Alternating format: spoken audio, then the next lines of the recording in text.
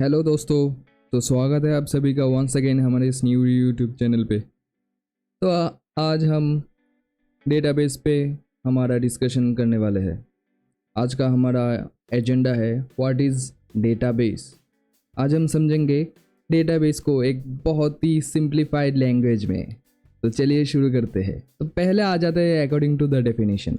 यहाँ पर जो डेफिनेशन लिखा है, A database is a structured collection of data stored and accessed electronically. It can be managed by database management system, that is DBMS.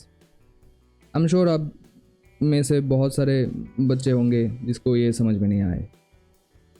हम database को इस तरीके से नहीं समझेंगे, हम डेटाबेस को समझेंगे कुछ अलग तरीके से। तो यहाँ पर जो लिखा है collection of data stored and accessed electronically, इसको हम समझते हैं अपनी देसी भाषा में।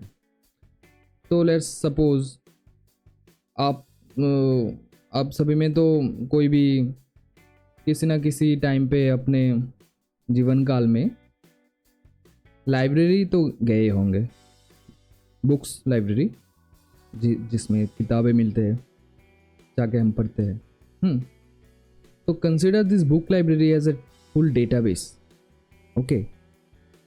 एंड बुक लाइब्रेरी में जो शेल्स है, consider them as a table, as a individual tables, each shelf individual table representing individual tables, okay. तो क्या होता है, अगर हम पूरे लाइब्रेरी को एक डेटाबेस समझे और हर एक शेल्फ को एक टेबल समझते, तो फिर बहुत ही ईजी हो जाता है रेफर करने के लिए कि डेटाबेस कैसे होता है।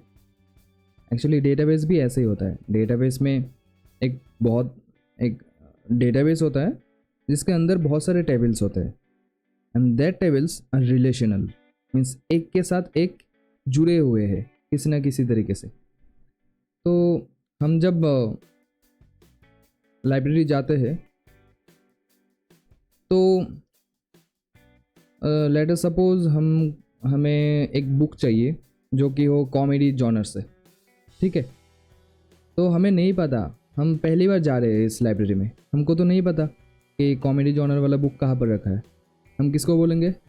लाइब्रेरी अटेंडीज़ को, ओके। तो उनको हम बोलेंगे, उनको हम इंफॉर्मेशन देंगे कि भैया, चाचा या जो भी हो, प्लीज़ हमारे लिए कॉमेडी जॉनर से एक बुक लेके आओ।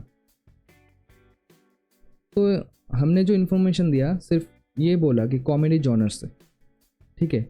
ये हाफ इन्फॉर्मेशन है, हमको और भी स्पेसिफाई होना होगा ताकि वो जो इंटरप्रेटर है, मतलब जो लाइब्रेरी अटेंडी भैया है, उनको समझ में आ जाए कि कौन सा बुक एक्चुअली हम रेफ़र कर रहे हैं, ठीक है।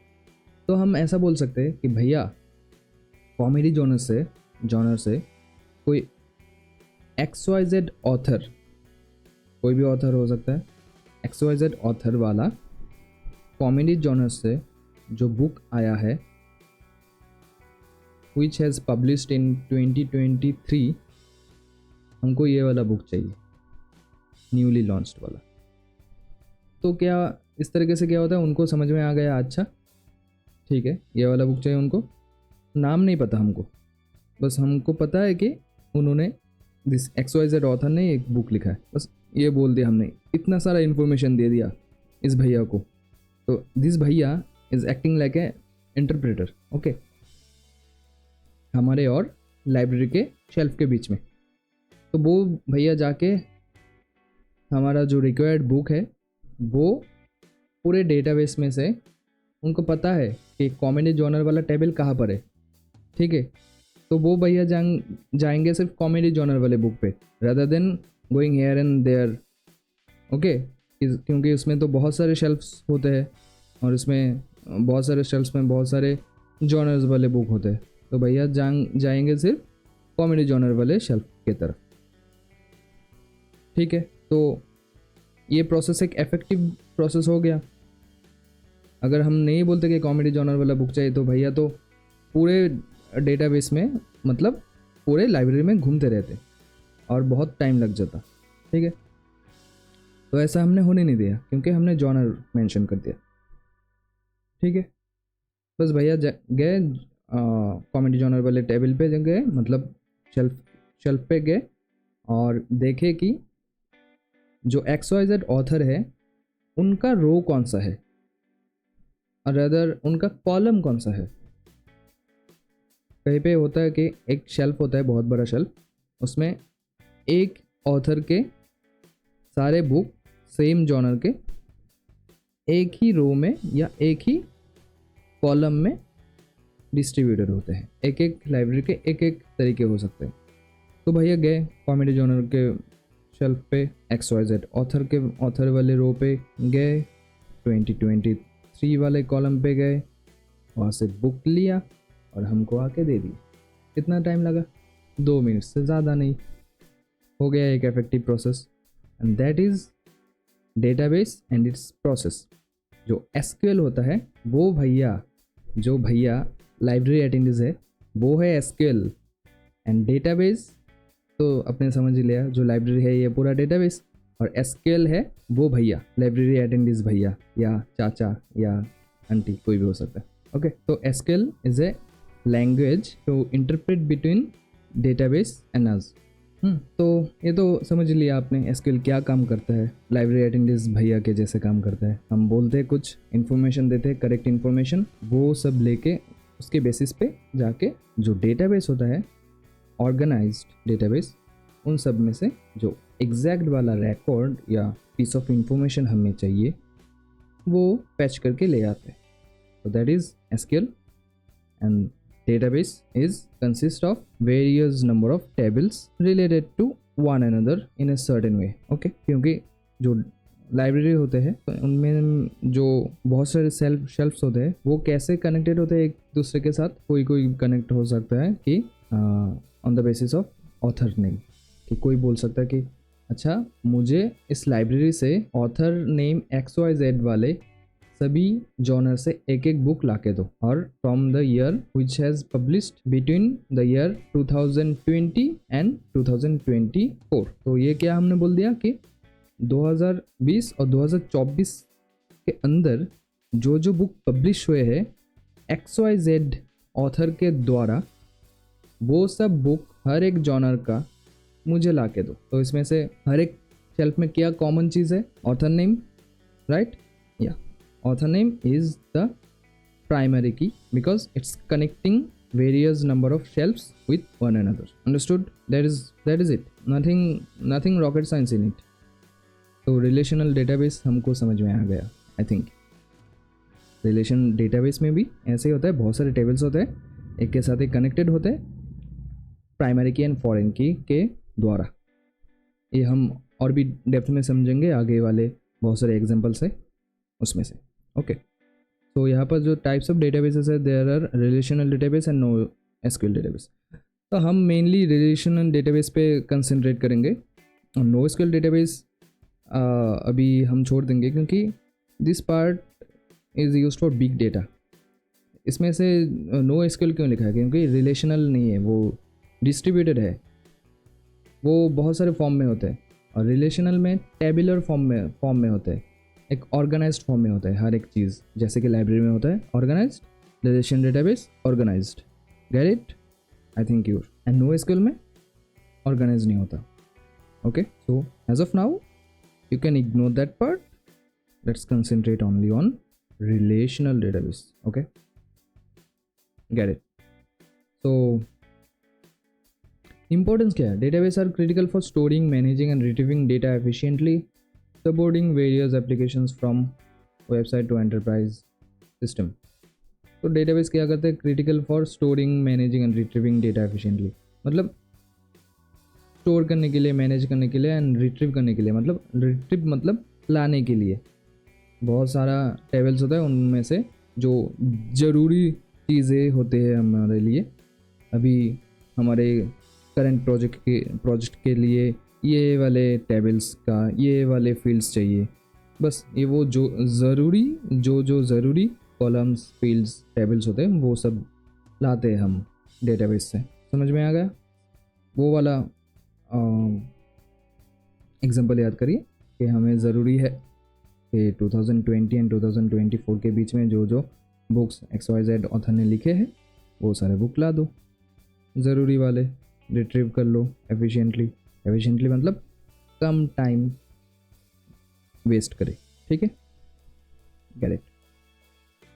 इसमें से जो है अभी नोट्स में क्या लिखा है, databases are essential for modern computing enabling efficient data storage and retrieval, वही सब। They support various support types of applications and systems ensuring data integrity, security and accessibility. हाँ, ये वाला पार्ट हमको समझ में आना चाहिए। क्या लिखा है, various types of applications and systems ensuring data integrity, security and accessibility. ये डेटा इंटीग्रिटी क्या चीज़ है भाई? डेटा इंटीग्रिटी मतलब कोई भी डेटा में झोल ना हो। मतलब भाई हमें इस वाले टेबल से, हाँ जॉनर वाले टेबल से मतलब जॉनर वाले शेल्फ से XYZ ऑथर का ये बुक चाहिए, तो बस उसने ला दिया, तो वो बुक तो क्या होगा, जो दैट पर्टिकुलर जॉनर की होना चाहिए ना। अगर इस शेल्फ में कॉमेडी जॉनर वाले शेल्फ में कोई थ्रिलिंग जॉनर वाला बुक आ गया तो ये डेटा इंटीग्रिटी पे सवाल आता है। अंडरस्टैंड, समझ में आ गया?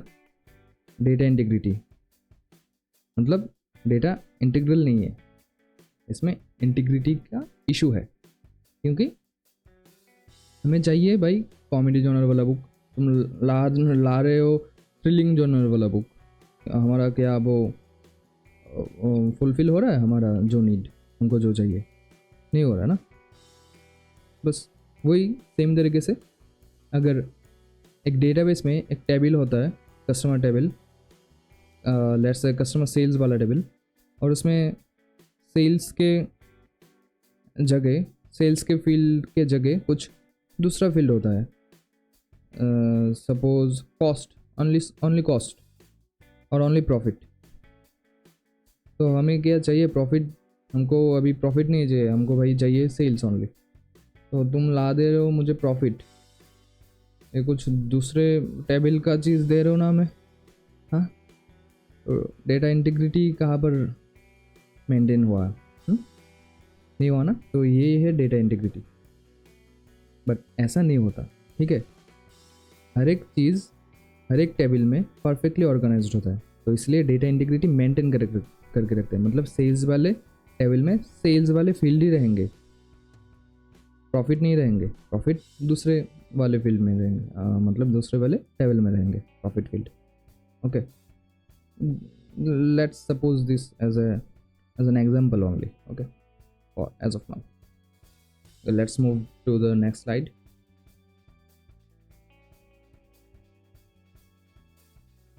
Okay, key components of database. क्या क्या होता है, हमको क्या क्या पता है डेटाबेस में? क्या होता है, टेबल होता है, पहले ही बताया, रो होता है, कॉलम्स होता है। रो में क्या बताया था कि रो में वेरियस ऑथर्स का रोज होते हैं, और कॉलम्स होते हैं सच एज ईयर्स। ओके, तो इसमें से डेटाबेस में भी बहुत सारे टेबल्स होते हैं। एक डेटाबेस में तो बहुत सारे टेबल्स होंगे, मल्टीपल टेबल्स हो सकते हैं। उस मल्टीपल टेबल्स में multiple rows and multiple columns हो सकते हैं, ठीक है। मल्टीपल कॉलम्स क्या क्या होता है वो हम एग्जांपल के थ्रू समझेंगे थोड़ी देर में बस। तो each table represents a different entity, example customers and orders.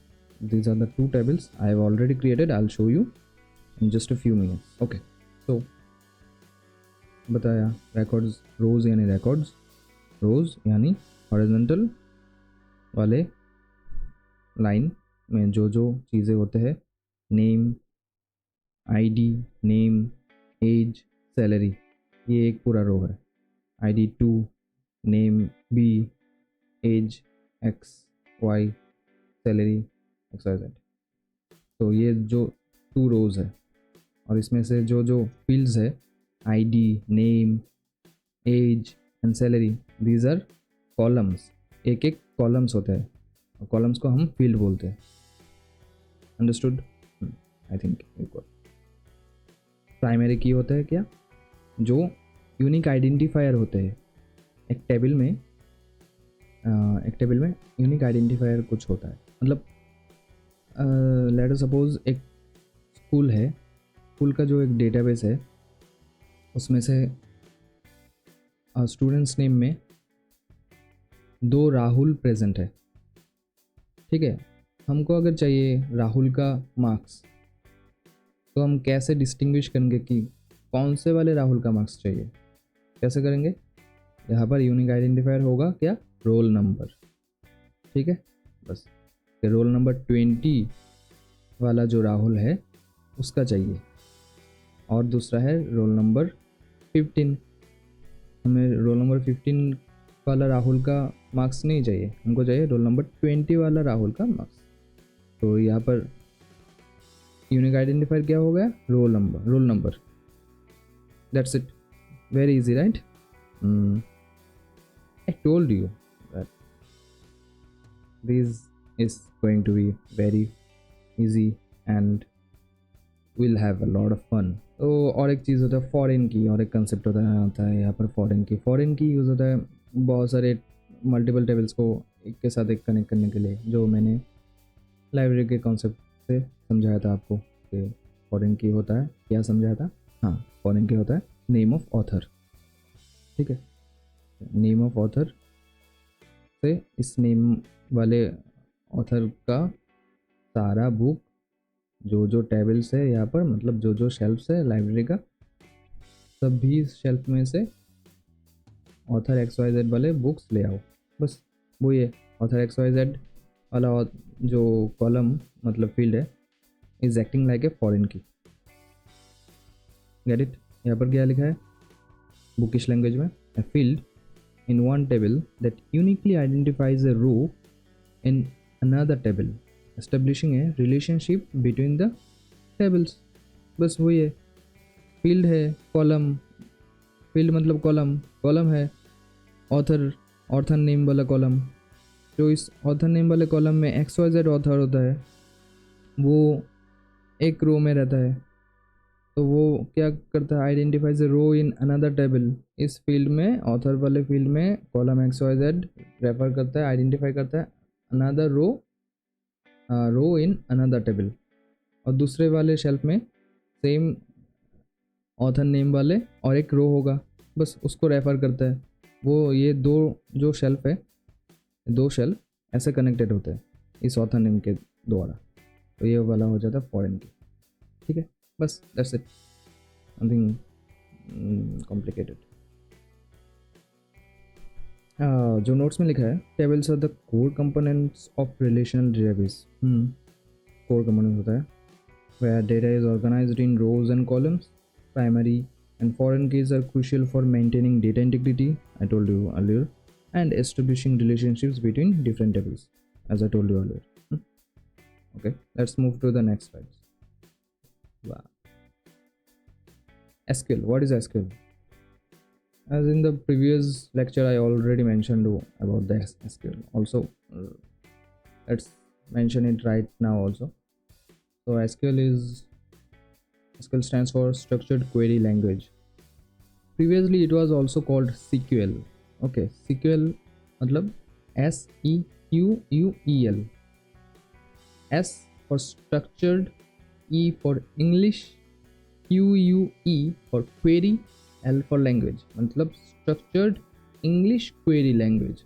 मतलब SQL is nothing but English.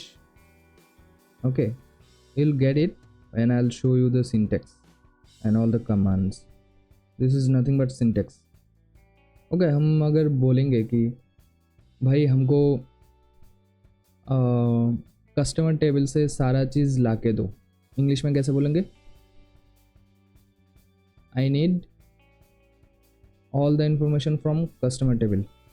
Okay, अच्छा, I need मतलब इसको और भी कैसे बोल सकते हैं हम? लेट सपोज हम अपने जूनियर को बोल रहे हैं कि भाई ये वाला जो टेबल होता है, इस टेबल से मुझे सारा डेटा ला के दो। तो पहले ये वाला टेबल सेलेक्ट करो, ये वाला टेबल से जो सारा डेटा है वो सेलेक्ट करके मुझे कॉपी करके लेके दो। वही बोलेंगे ना सेलेक्ट। तो select all from where, from customer table. बस ये होता है सिंटेक्स। सेलेक्ट ऑल के जगह हम लोग एस्ट्रिक साइन यूज़ करते हैं। Select star, then from is another clause, select is another clause, star is not a part of syntax. Star, we use star when we want all the records and fields from a certain table. Okay, so select star from table name. What is the table name? Customer. So this query will fetch all the records which are present in the table called customer. Understood? तो हो गया SQL, justify हो गया ना। SQL, sequel, structured English query language, और popularly known as SQL structured query language, standard programming language used to manage and manipulate relational databases. Functions of SQL: data query करने का, data manipulation करने का, data definition, data control. Data query मतलब हमको ये वाला चाहिए, डेटा मैनिपुलेशन मतलब इस डेटा में और भी कुछ डाल दो यार, नहीं इस टेबल में और कुछ डालो, नहीं मुझे इस टेबल में और भी रोज़ चाहिए, अभी नया एक एंट्री डालो, एक नया कस्टमर आया हमारा, नया कस्टमर डालो, नया कस्टमर वाला एंट्री एंटर करो। नहीं भाई अपडेट करो, जो पुराना कस्टमर था उसने क्या बोलता है, हाँ उसने जो टोटल अभी तक परचेज़ किया है उसमें अपडेट करो, क्योंकि उसका परचेज़ बढ़ गया, पहले था 100 अभी हो गया 200। डिलीट करो भाई, डिलीट करो इस टेबल से, ये वाला कस्टमर डिलीट करूँगी, ये वाला कस्टमर एक्सपायर हो गया, मतलब आउट ऑफ स्टेट हो गया, तो ये वाला कस्टमर नहीं आने वाला अभी हमारे अंदर, ठीक है डिलीट कर दो, हमको पता है ये वाला नहीं कस्टमर नहीं आने वाला, बस डिलीट कर दो, just take for example. Okay, don't take it very seriously कि चला गया या वो क्या हो गया, कुछ भी नहीं। Okay, so data there is also part of SQL DDL, data definition language. इसमें हम क्या करते हैं, टेबल बनाते हैं, क्रिएट टेबल, ऑल्टर टेबल, मतलब एक टेबल बना दिया हमने, सपोज कस्टमर टेबल, तो हमें और भी एक टेबल चाहिए कि क्या होगा, product table. Okay, product table बनाते हैं। ऑल्टर टेबल मतलब प्रोडक्ट टेबल में कुछ ऑल्ट्रेशन करते हैं, कुछ नया वाला कॉलम ऐड करते हैं, कुछ पुराने वाले कॉलम ड्रॉप करते हैं, इसमें ये सारे हो गए ऑल्ट्रेशन। ओके, ये डीडीएल का पार्ट है, ड्रॉप करना, ऐड करना। Okay, and data control language मतलब डीसीएल, इसमें ऐसे ग्रांट एंड रिवोक आते हैं, और डेटा कंट्रोल को हम ऐसे समझ सकते हैं, ऐसे ये सपोज मतलब किसी को एक डेटाबेस का जो लॉक है, लॉक का चाबी देना, तो चाबी अगर हम किसी को दे देते हैं, मतलब उसको ग्रांट कर रहे हैं, हम उसको ग्रांट कर रहे हैं कि हाँ अच्छा तुम्हें ग्रांट है इस वाले डोर के अंदर जाने के लिए, यू आर अलाउड, मतलब ग्रांट करना। डीसीएल में अलाउड नॉट अलाउड ये वाला पार्ट रहता है, किसको हम अलाउ करेंगे ये टेबल एक्सेस करने के लिए, किसको नहीं, बस वही होता है। ठीक है, SQL is the backbone of relational database management. SQL अगर नहीं होता तो हम लोग, क्या पॉसिबल होता हम लोग बहुत ही इतने एफिशिएंट तरीके से डेटाबेस से, मतलब from garbage we take out, और would it can be possible that from that garbage we can take out our required information that very easily? No, my answer would be no. Okay, so it allows user to perform various operations on the data and the structure of the database, making it an indispensable tool for database administrators and developers. Okay, इससे better कोई हो ही नहीं सकता भाई, बस लिख लो, नहीं हो सकता अभी तक तो नहीं। So in our next slides, we'll be focusing on more of the syntax of the SQL. Data retrieval जो बोला था कैसे होता है, सेलेक्ट स्टार फ्रॉम कस्टमर, ठीक है, ये वाला पार्ट अभी छोड़ दो, ये वाला देखो, सेलेक्ट स्टार फ्रॉम कस्टमर मतलब पूरा डेटा निकालो कस्टमर टेबल से, वेयर जहाँ पर कंट्री इक्वल टू यूएसए हो, मतलब यूएसए कंट्री, कंट्री वाले कॉलम में जो जो रोज यूएसए है, ठीक है, मतलब कंट्री वाले कॉलम में जो जो रोज यूएसए है, मतलब जिस भी जो भी कस्टमर यूएसए से बिलोंग करते हैं उन सब का डिटेल्स निकालो भाई कस्टमर टेबल से, कौन कौन कस्टमर है मैं देखना चाहता हूँ और क्या क्या बाय क्या है सब कुछ। बस डेटा टेबल हो गया। डेटा इंसर्शन हो गया, मतलब एक नया कुछ इंसर्ट करने के लिए, नया let us suppose in order table में कुछ हम नया एक रिकॉर्ड इंसर्ट करते हैं, तो ये इंसर्ट इनटू वाले जो एसक्यूएल सिंटेक्स है इसको यूज़ करके हम, एक क्लॉज है, कमांड्स है, इसको यूज़ करके हम कोई भी नया वैल्यू एक टेबल में इंसर्ट करते हैं। यह टेबल नेम होता है यहाँ पर, जो कोई भी टेबल नेम हमको ज़रूरी है ये वाला टेबल नेम यहाँ पर लिखेंगे, बस इंसर्ट इनटू, ये वाला फिक्स्ड है, ये वाला part of syntax, part of syntax, part of syntax मतलब fixed, we cannot change them, otherwise we'll get an error saying syntax error, okay, that's it। बस ये वाला एंटर करते हैं, डेटा इंसर्शन ये हो गया। अपडेट क्या करते हैं, बस यहाँ पर लिखा है कि अपडेट प्रोडक्ट, मतलब प्रोडक्ट टेबल में जो है उसको अपडेट करो, अपडेट प्रोडक्ट टेबल, सेट करो क्या, प्राइस, जो प्राइस वाला जो कॉलम है उसको सेट करो। कैसे सेट करें, उसको सेट करो कि प्राइस जो भी मेंशन है उसको मल्टीप्लाइड बाई 1.1, पहले था 7 अब हो गया 7.7। वेयर कैटेगरी, या इसमें वेयर क्लॉज भी है, where actually we use where for filtering.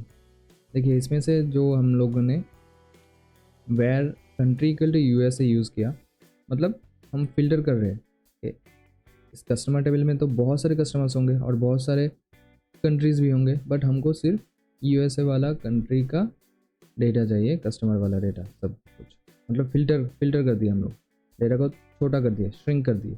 बहुत बड़ा डेटा था, डेटा सपोज 2 मिलियन वाला डेटा था, हमने उसको 500,000 कर दिया, ओके, तो डेटा साइज़ कम हो गया, लोड कम हो गया हमारे डीबीएमएस पे, आरडीबीएमएस पे, एफिशिएंट हो गया, राइट। ऐसे एफिशिएंट बनाते हैं हम लोग, फिल्टर करके सही समय पे फिल्टर करना पड़ेगा। अगर हम बहुत कुछ परफॉर्म कर ले, बहुत सारे स्टेप्स उसके बाद फिल्टर किए, वो उसका कुछ फ़ायदा नहीं, ठीक है।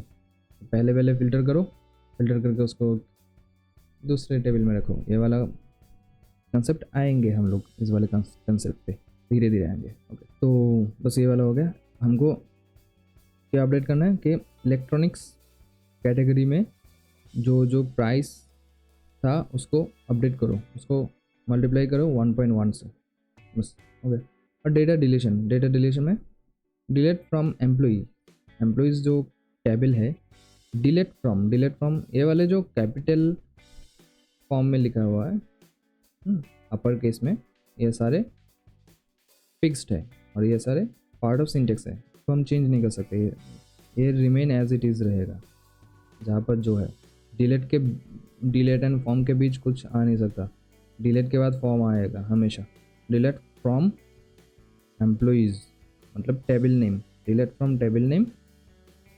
अभी डिलीट क्या करता है, एक एक रो एक बार में डिलीट करता है।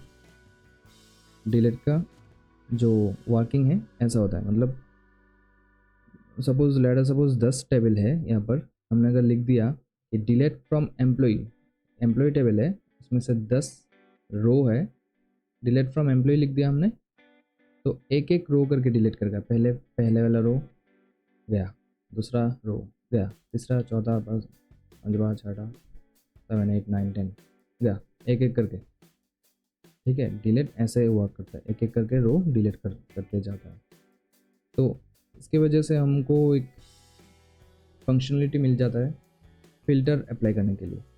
हम ऐसे भी बोल सकते हैं कि delete from employee where only ID employee ID equal to 5, मतलब जहाँ पर एम्प्लॉई ID इक्वल टू 5 है उसको डिलीट कर दो भाई, क्योंकि एम्प्लॉई 5 वाला जो बंदा है वो कंपनी छोड़ दिया, तो उसको डिलीट कर दो रिकॉर्ड से, मतलब इस टेबल से डिलीट कर दो, ठीक है। बस ऐसे होता है। डिलीट द रिकॉर्ड, यहाँ पर लिखा है delete the records with employees ID 5 from the tables from the employees table, that is it. So these basic SQL operations, select, insert, update and delete, cover the core functionalities needed to manage database data. They allow users to interact with the data efficiently and effectively. समझ में आ गया? आना चाहिए भाई। Okay, ये जो चार clauses है, ये वाले क्लॉज कोर फंक्शनलिटी प्रोवाइड करते हैं। ये जो चार टाइप्स ऑफ क्लॉजेस हैं, सेलेक्ट, इंसर्ट, अपडेट, डिलीट, इसमें से ये सारा कुछ छुपा हुआ है एसक्यूएल का। ओके, बस ये है, और कुछ नहीं। एंड डोंट वरी, आपको ये वाला जो पूरा PDF है मिल जाएगा डिस्क्रिप्शन के बॉक्स में। Please check it and don't forget to like and subscribe and click on the bell icon for such more updated videos and interesting ones. Please subscribe. इसमें मुझे भी एक भरोसा मिल जाएगा और मुझे एक काइंड ऑफ एंथुजियाज्म जो अभी है करंटली, क्योंकि नए स्टार्ट किया हो अभी यूट्यूब चैनल, तो मुझे बहुत ही अच्छा लगेगा कि आप लोग सपोर्ट कर रहे हो और आप लोगों को मेरा काम पसंद आ रहा है। बस ऐसे ही आपका जो ग्रैटिट्यूड है वो शो करते रहिए इन लाइक्स एंड सब्सक्राइब के फॉर्म में, और शेयर भी करते रहिए, क्योंकि sharing is caring and knowledge sharing से बढ़ता है।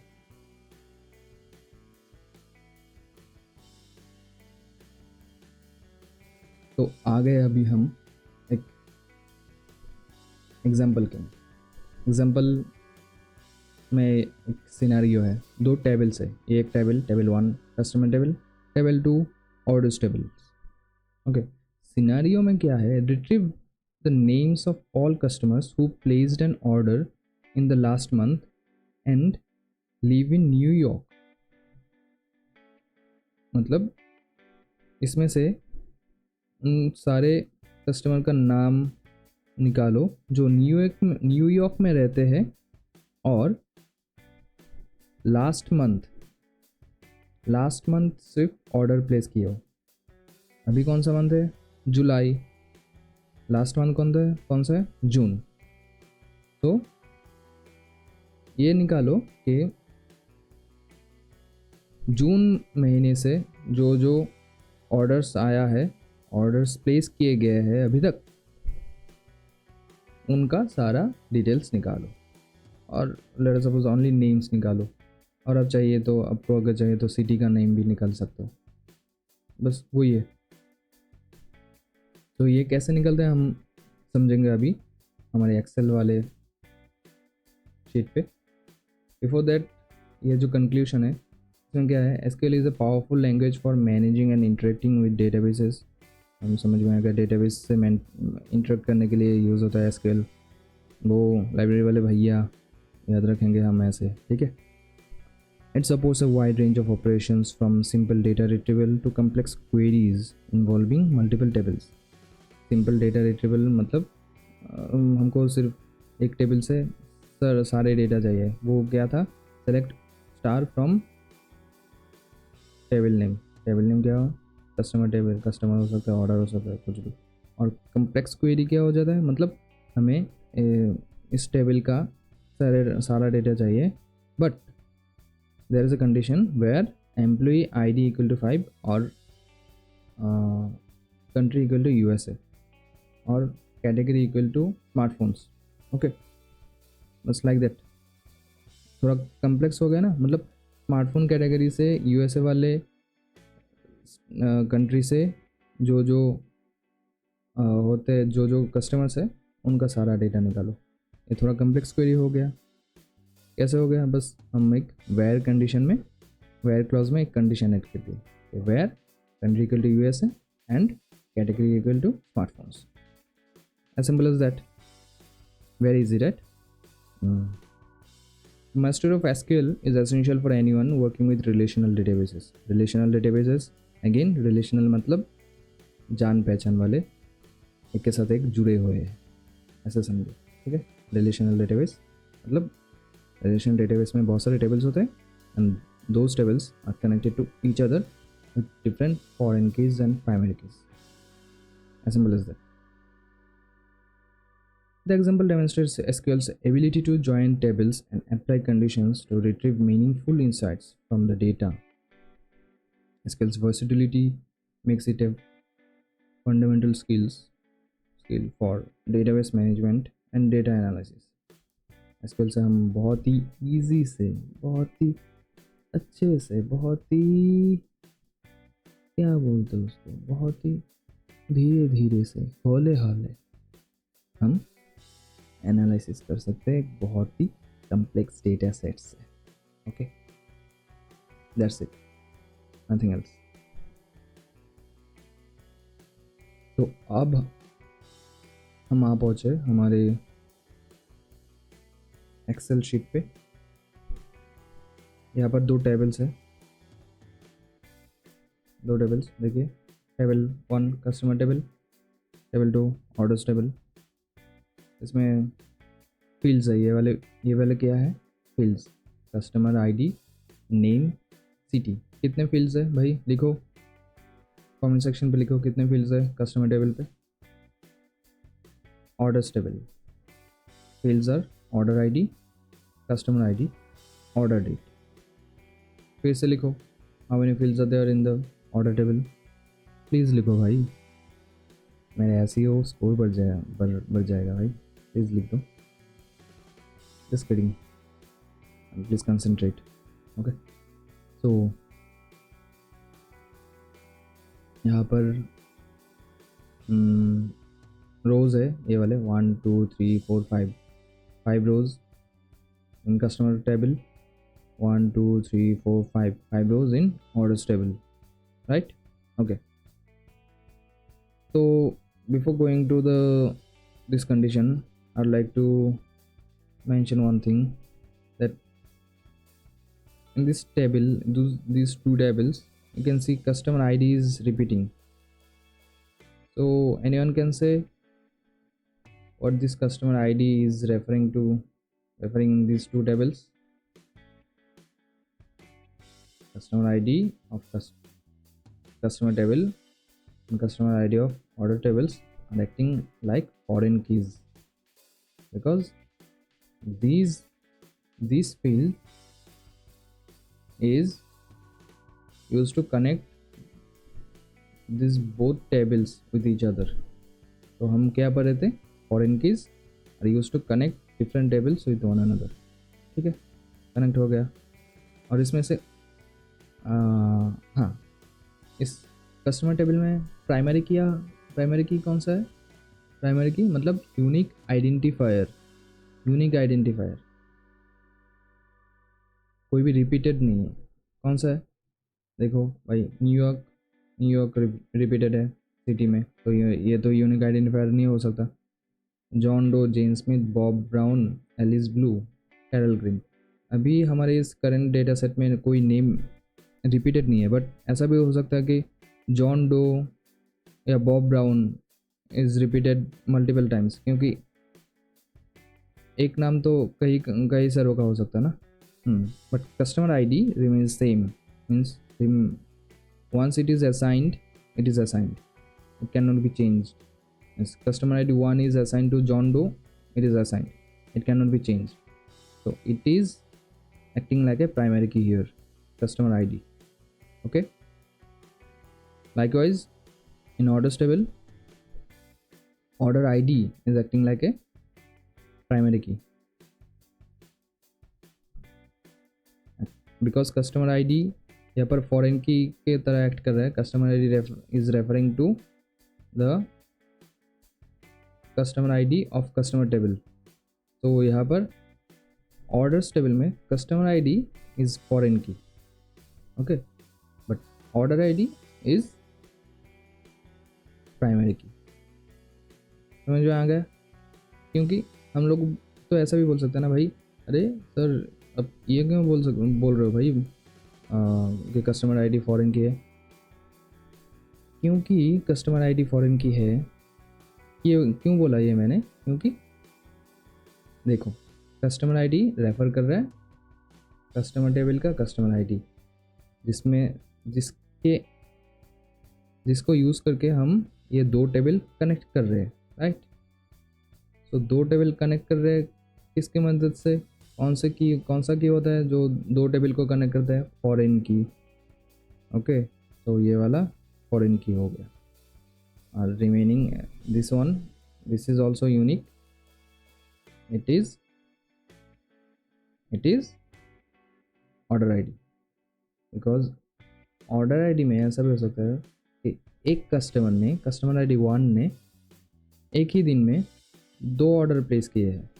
तो एक ऑर्डर आईडी होगा 101 और एक ऑर्डर आईडी होगा 106, एंड यहाँ पर कस्टमर आईडी इज रिपीटेड। तो यहाँ पर क्या in the long run customer ID वाला जो कॉलम है वो यूनिक आइडेंटिफायर वाला जो एट्रीब्यूट है वो मेंटेन कर पाएगा? नहीं, right?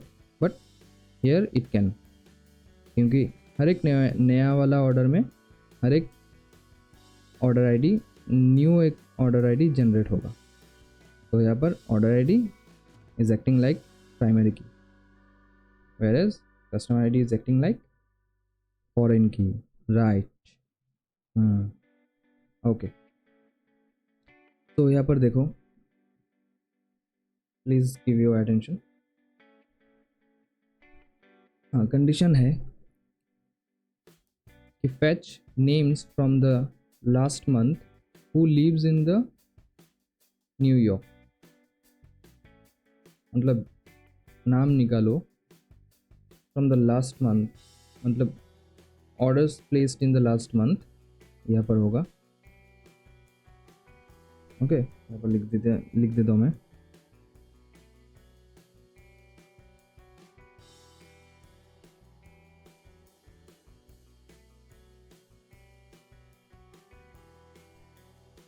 So names who placed orders in the last month and who lives in the New York City,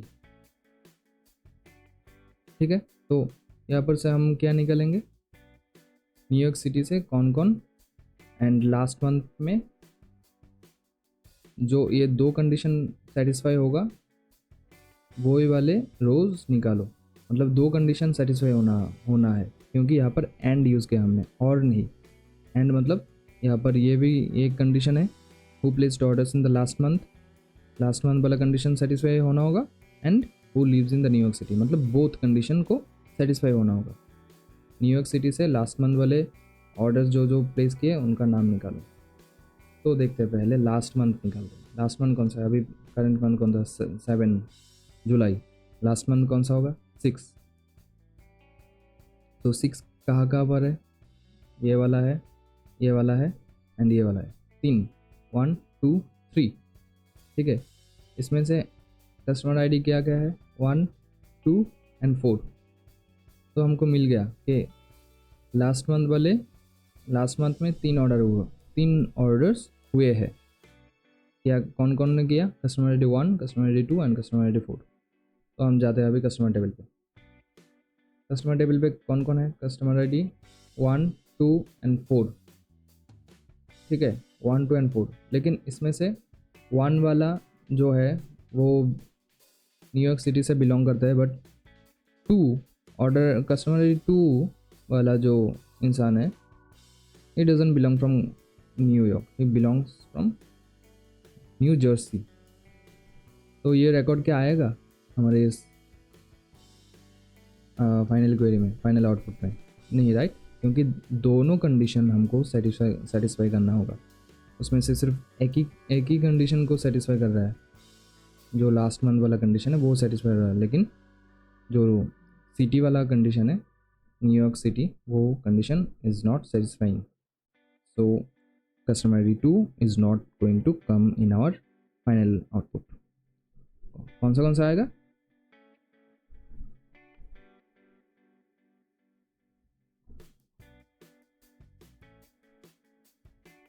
customer ID 1 and customer ID 4, बस ये है एसक्यूएल। बट इसको हमको एक प्रॉपर क्वेरी लैंग्वेज में लिख के फैच करना पड़ेगा। तो इसके लिए हम चलते हैं अपने डेटाबेस पे, मतलब RDBMS, ओके, जहाँ पर हम लोग क्वेरी परफॉर्म करते हैं।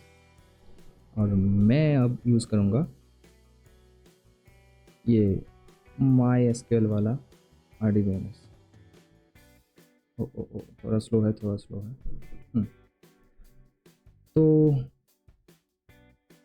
और द टाइम बिंग मैंने ये पहले से ही लिख के रखा है, but let me comment out.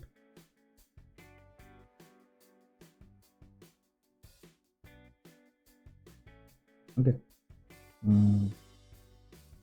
तो देखिए मैंने जो 2 टेबल्स था यहाँ पर, कस्टमर एंड ऑर्डर्स, ये मैंने यहाँ पर क्रिएट कर लिया।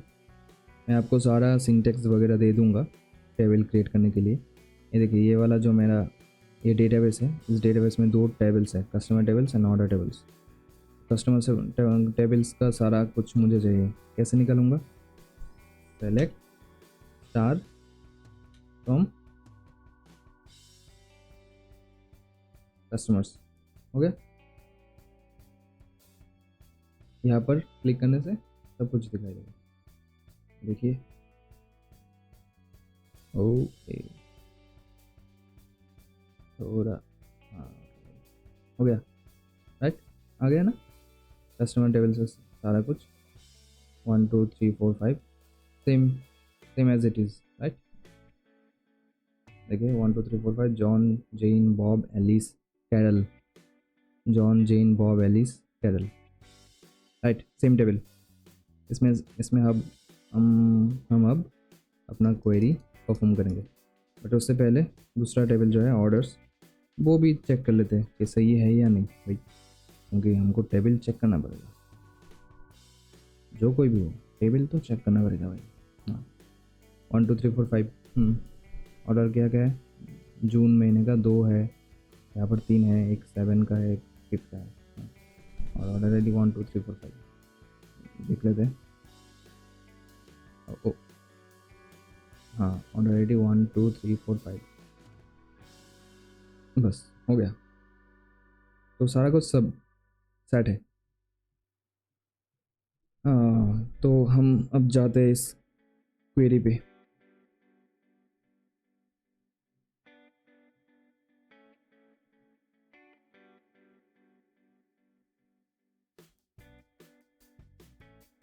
देख लेते पहले जो प्रॉब्लम स्टेटमेंट है। Find out customer names with their city and month. Customer name भी चाहिए, सिटी भी चाहिए, मंथ भी चाहिए, provided that all the records should be from the last month and city should B New York. City New York चाहिए और last month वाले सारे रिकॉर्ड्स, मतलब लास्ट मंथ में जो ऑर्डर्स प्लेस किए गए हैं वो सारे रिकॉर्ड्स फैच करो, एज सिंपल एज दैट। इसमें से कॉन्सेप्ट आता है जॉइन वाला कॉन्सेप्ट, क्योंकि 2 टेबल्स को जॉइन करना पड़ेगा। और 2 टेबल्स किससे कनेक्टेड होते हैं? फॉरेन की। तो इसमें हम फॉरेन की यूज़ करेंगे। और इस 2 टेबल में फॉरेन की क्या था? कस्टमर टेबल में कस्टमर आईडी और ऑर्डर्स टेबल में कस्टमर आईडी। तो इस कॉलम से हम क्या करेंगे? 2 टेबल को कनेक्ट करेंगे, मतलब ज्वाइन करेंगे। तो यहाँ पर ये वाला पोर्शन पहले इग्नोर करो, बाद में आता हूँ। सेलेक्ट क्या सेलेक्ट करेंगे बाद में? फ्रॉम कहाँ से? कस्टमर टेबल से। कस्टमर टेबल का एक हम निकनेम दे देते हैं कस्ट, क्योंकि कस्टमर बार बार कौन लिखेगा भाई? कस्ट निकनेम। जैसे किसी का नाम हम छोटा कर देते ना, हमारे दोस्तों का नाम, वैसे ही nickname, as simple as that. फिर इस कस्टमर टेबल को ज्वाइन करेंगे किसके साथ, ऑर्डर्स टेबल के साथ। तो बस as simple as that, English language join क्या करेंगे, ज्वाइन करेंगे। तो ज्वाइन के लिए हम क्या लिखेंगे, ज्वाइन लिखेंगे, sequel structured English query language. Okay, तो ज्वाइन करेंगे ऑर्डर्स टेबल के साथ। फिर ऑर्डर्स टेबल का भी एक एलियास दे देंगे, मतलब in technical term we call it as alias, but in general term we can refer it as nickname.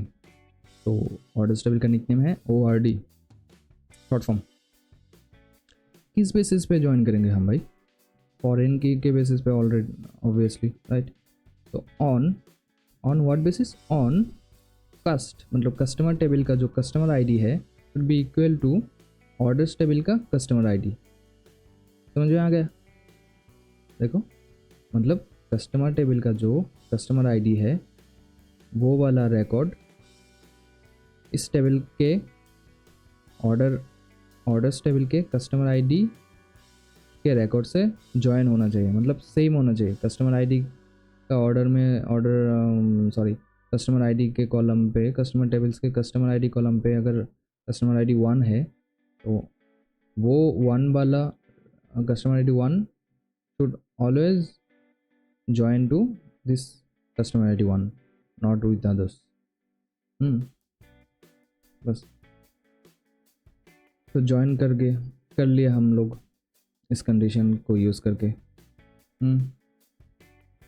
अभी कंडीशन है, कंडीशन क्या था, he provided that record should be from the last month and city should be new York.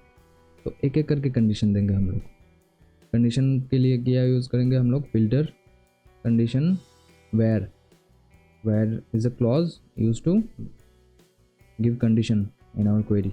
So where condition is ord.order date greater than date sub current date interval 1 month। मतलब इसका मतलब क्या होता है मैं बता देता हूँ। पहले इसका मतलब समझो, नहीं पहले इसका मतलब समझो।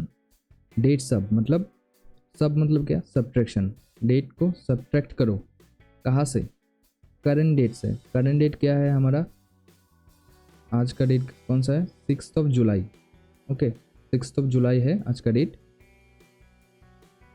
तो 6 जुलाई से जो डेट है, 6 जुलाई का जो डेट है उससे 6 जुलाई कौन से महीने में पड़ता है, जुलाई महीने में। हमको चाहिए इंटरवल ऑफ 1 मंथ, मतलब एक महीने पहले का डाटा, क्योंकि डेट सब लिखा है इसके लिए एक महीने पहले का डेटा। अगर डेट ऐड लिखा होता तो एक महीने बाद का डेटा हम लोग लेते, मतलब अगस्त का। और अगस्त का तो अभी होगा नहीं अगर करंट डेट फंक्शन यूज़ करते हैं। करंट डेट मतलब करंट डेट, आज का डेट शो करेगा। तो हमारे पास तो फ्यूचर का रिकॉर्ड नहीं होगा, राइट। तो यहाँ पर हम अगर कुछ भी रैंडम डेट यूज़ करते हैं, सपोज़ मार्च वाला डेट कुछ यूज़ करते हैं, मार्च 5 मार्च 2024, देन यहाँ पर इंटरवल 1 मंथ देते हैं। देन यहाँ पर हम डेट ऐड यूज़ कर सकते हैं, मतलब डेट ऐड 5 मार्च 2024 कॉमा इंटरवल 1 मंथ। मतलब जो 5 मार्च 2024 है वो 2024 का मार्च वाला जो मंथ है उसको छोड़ के interval of 1 month date add, मतलब ऐड करो। मार्च महीने में एक मंथ ऐड करो, कौन सा आता है, अप्रैल। अप्रैल वाला सारा रिकॉर्ड मुझे दे दो। बस वही है। लेकिन हमें चाहिए क्या, लास्ट मंथ वाला। तो लास्ट मंथ के लिए हम करंट डेट जो एक है आइडेंटिफायर आर्ग्यूमेंट, ये करंट डेट वाला आर्ग्यूमेंट यूज़ करेंगे यहाँ पर, ठीक है। करंट डेट से एक महीने पहले का, क्योंकि डेट सब है इसलिए एक महीने पहले का। ये कंडीशन ऐसे लिखते हैं हम, लिखा है ना यहाँ पर लास्ट मंथ, मतलब लास्ट मंथ जब जहाँ कहीं भी लिखा हो यहाँ पर डेट सब यूज़ करेंगे। डेट सब मतलब एक महीने पहले का डेटा, किससे पहले का, करंट डेट से इंटरवल ऑफ 1 मंथ, मतलब एक मंथ पहले का, इंटरवल ऑफ 1 मंथ मतलब एक मंथ पहले का डेटा चाहिए हमें।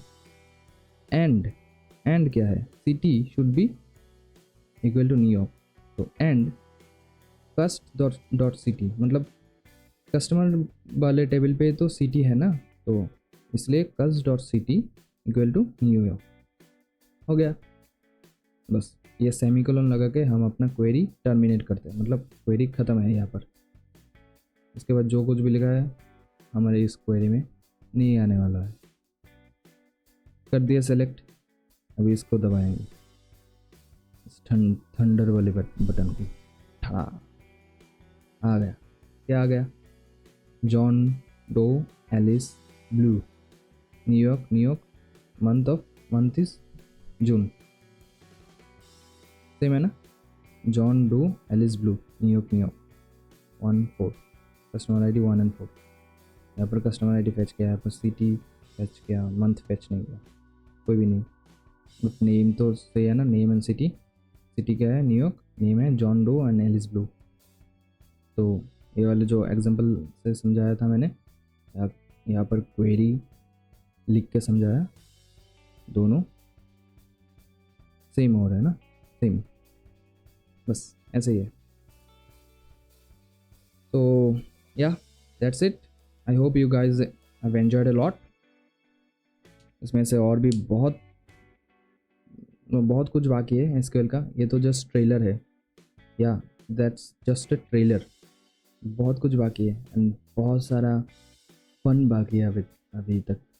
SQL, Excel, Power BI, Python, Tableau, oh my god, that's I would say heaven for me, heaven, yeah, and also it will become heaven for you all in just a few weeks. Okay, just be there, stay tuned, and please do like and subscribe to my new channel. ऐसे ही करते रहो भाई, like करो, subscribe करो और share करते रहो, क्योंकि शेयरिंग इज़ केयरिंग। चलिए तो मिलते हैं एक नए वीडियो में, नया एंथुजियाज्म लेके। Till then, bye bye, goodbye, see you.